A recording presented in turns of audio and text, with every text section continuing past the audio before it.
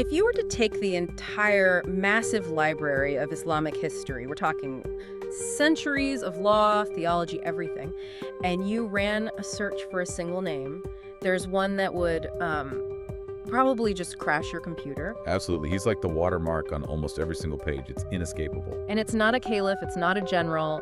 It's a man who, for all intents and purposes, showed up to the party right before they turned the lights on. He really did. We are talking about Abu Hurairah. And honestly, looking at the research for this deep dive, inescapable is the only word that fits. But here's the hook that got me, and I want to start right here because it feels like a logic puzzle. The math. It just doesn't make sense. The math is the first thing that makes historians, I mean, both ancient and modern, just stop and scratch your heads. It's the elephant in the room. Right, so I was crunching the numbers from the sources. We had this man, Abu Hurairah, who joins the Muslim community in Medina around the year 7 AH. So late, very late in the game, after the Battle of Khaybar. Okay, so he's there late. The Prophet Muhammad passes away in 11 AH. So we are looking at a window of engagement of, what, 3 years? Maybe 4 tops? 3 years is the generally accepted number, a really short window in a 23-year mission. Okay, 3 years. Keep that number in your head. Now, let's look at the output. I'm looking at the chart here. Abu Hurairah is credited with narrating approximately 5,374 traditions, hadiths. It is a staggering number. He is the absolute heavyweight champion of narration. No one else even comes close. But here's the context that blows my mind. Let's compare him to the inner circle. You have Abu Bakr, the Prophet's best friend, first convert, the guy who was there from literally day one. How many does he have? In the canonical books, about 142. 142 versus over 5,000. That's not a small gap. It's a statistical anomaly. It's a huge anomaly. Yeah. Even Ali ibn Abi Talib, the cousin, the son-in-law, grew up in the household. He's got under 600. So Abu Hurairah produced something like 38 times more content than the Prophet's closest confidant. And that statistical anomaly is what we call the enigma of Abu Hurairah. And that's our mission for today. We have to figure out how. How did this new guy, this outsider, become the primary voice of the tradition? Was he like a walking dictaphone? A miracle? Or, as critics have argued since the 7th century, was something else going on? And the stakes here are massive, right? We're not just talking about history trivia. Oh no, this is the foundation of the house. If you pull Abu Hurairah out of the equation, a massive chunk of Islamic law, how to pray, how to wash, marriage rules, it just evaporates. Wow. He's the lens. So understanding who he was isn't just biography, it's, structural engineering for whole faith. Okay, so let's strip away the title for a second. Who was the man?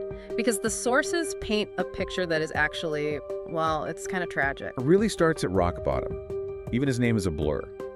Scholars debate it, but they usually settle on Abd al-Rahman ibn Sakhr. He's from the Daz tribe in Yemen. But nobody calls him that. No, they called him by the nickname. Abu Hurairah, which I have to admit is an incredibly endearing nickname. Father of the kitten. It humanizes him instantly, right? The story is he used to carry a small kitten in his sleeve. It shows this softer, slightly eccentric side, but, the cuteness ends there. His reality in Medina was just brutal poverty. The notes mention he was one of the al-Sufa. Can we break that down? Because it sounds less like a social class and more like a shelter. It was essentially a shelter, the people of the bench. These were the homeless of Medina. They lived in the back of the mosque because they had nowhere else to go. No money, no family, no jobs, completely dependent on charity. And this leads to a detail in the text that I found really refreshing. He's very honest about it. He doesn't pretend he was some noble statesman. He explicitly says, I accompanied the Prophet to fill my belly. That admission is crucial. It's the first piece of the puzzle. You see, the big companions, the immigrants like Abu Bakr or Uthman, they were busy. They were traders. Right, running businesses. The locals, the helpers, were farmers. They had date palms. They had lives.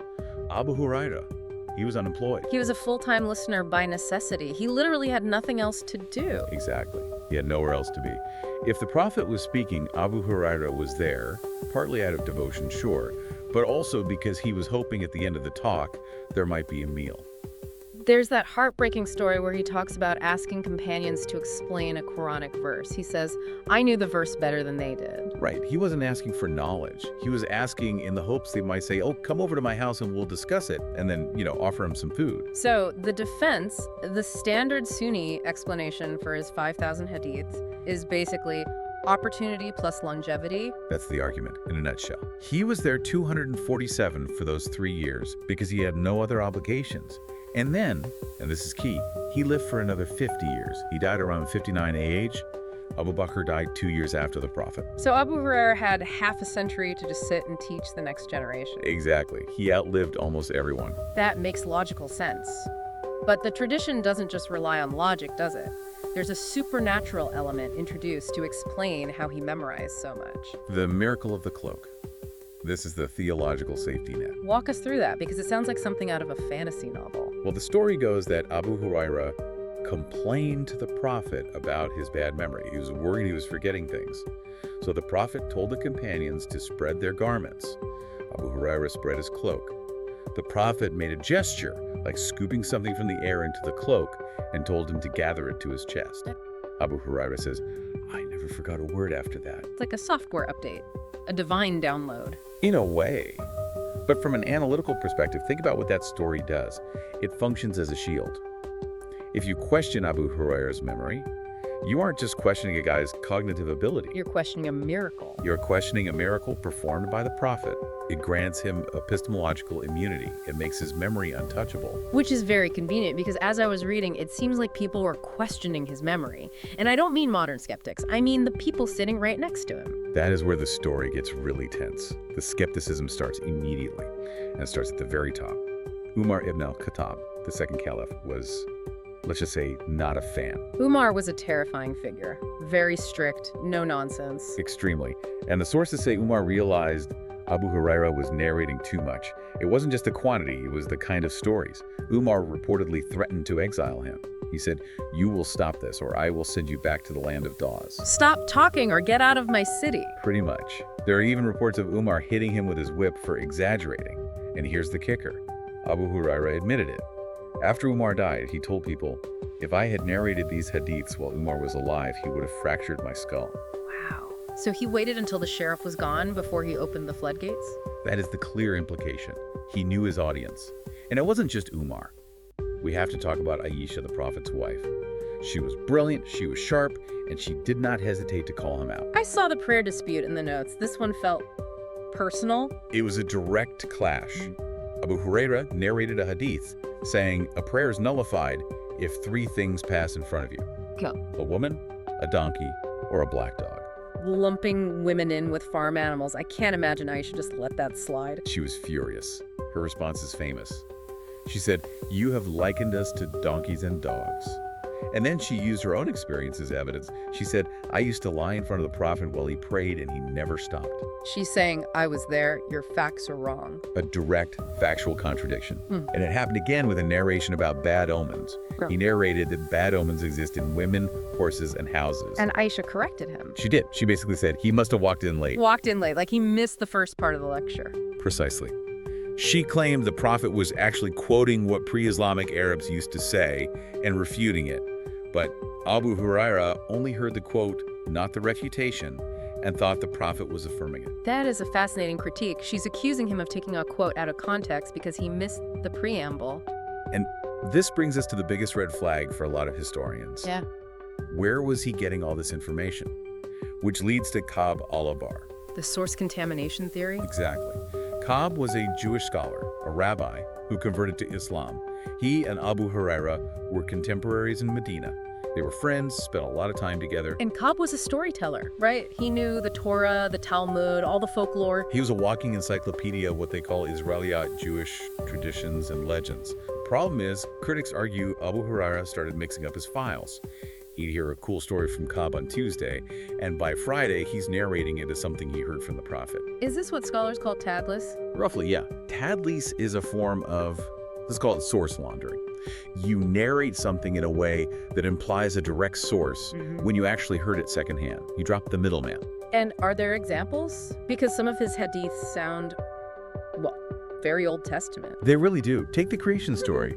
Abu Hurairah narrates a hadith that God created everything in 7 days. The Quran says 6 days. That's a pretty basic Quranic fact. Exactly. The 7-day timeline is from Genesis. It's from the Torah. Or then you have the cosmic rooster. I'm sorry, the what? The giant rooster. A hadith from him that says God has a rooster with its neck under the throne and its feet on the earth. or that the sun and moon are bulls that will be thrown into hell. That doesn't sound very Quranic. Not at all. But it fits perfectly into ancient Near Eastern folklore. The accusation is that he was a sponge, soaking up everything he heard in Medina and squeezing it all out as hadith without filtering the source. Okay, so that's the, let's say, the unintentional error argument. But it gets darker, right? Because then there's the politics. Yes. The politics.